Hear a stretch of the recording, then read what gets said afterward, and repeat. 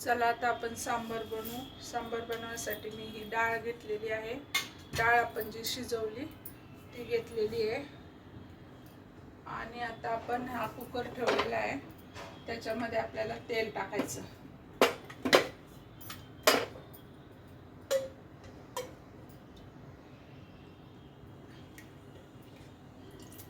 तेल टाकल्यावर तेल गरम होऊन द्यायचं. तेल गरम झालं की त्याच्यात आपण आता ही डाळ आहे ना अशी घोटून घ्यायची, अशी हलवायची थोडी. ही डाळ आपण मगाशी शिजवलेली. आता इकडं आपलं तेल गरम झालंय, त्याच्यात आपण मोहरी टाकायची. तर तेल गरम झालं त्याच्यात आपण मोहरी टाकू. मोहरी चांगली तडतडली की जिरं टाकायचं. तर मोहरी आपली चांगली तडतडली त्यात जिरं टाकू.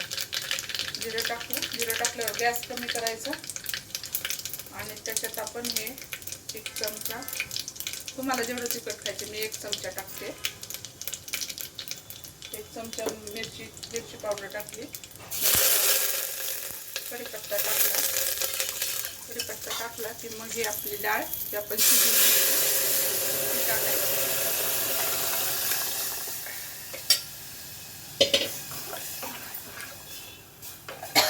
त्याला उकळी येऊन द्यायची चांगली.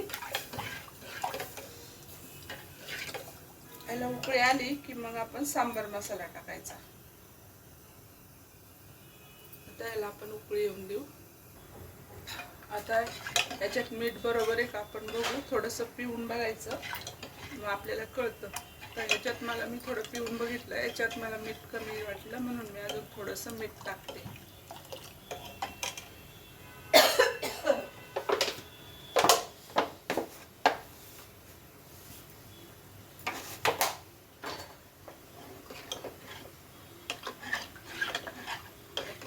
त्याला उकळी येईल मग आपण याच्यात सांबार मसाला टाकायचा.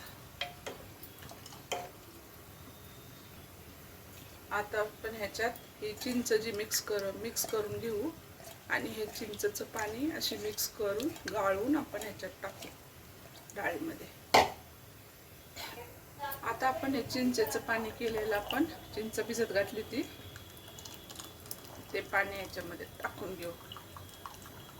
कचरा असतो म्हणून थोडंसं असं पिळून टाकायचं, कचरा नाही टाकायचा. आता आपल्या सांबारला उकळी यायला लागलेली आहे.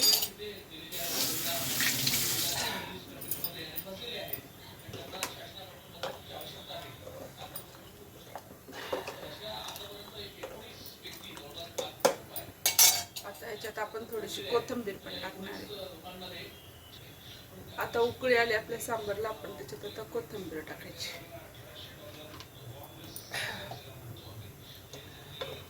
आता उकळी आली,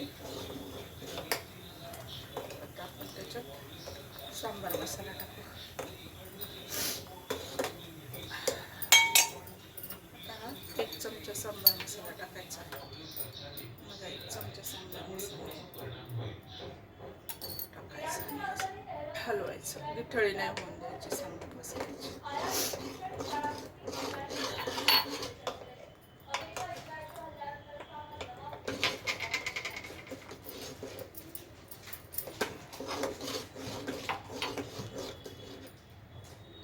चमचा सांबार मसाला आहे आम्हाला.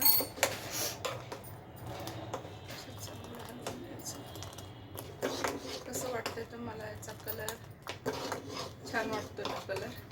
तुम्ही पण असंच बनवा आणि मला सांगा कसं बनते. फक्त मिठाचं प्रमाण लक्षात ठेवायचं, जास्त खारट नाही होऊन द्यायचं. सुरुवातीला कमीच मीठ टाकायचं आणि पिऊन बघायचं, आणि मग मीठ जर कमी वाटलं आपल्याला तर आपण मीठ टाकायचं. आता मी पिऊन बघितलंय, आपलं सांबार एकदम परफेक्ट बनलंय. तुम्ही पण असंच बनवा माझ्या पद्धतीने आणि सांगा कसं बनलंय.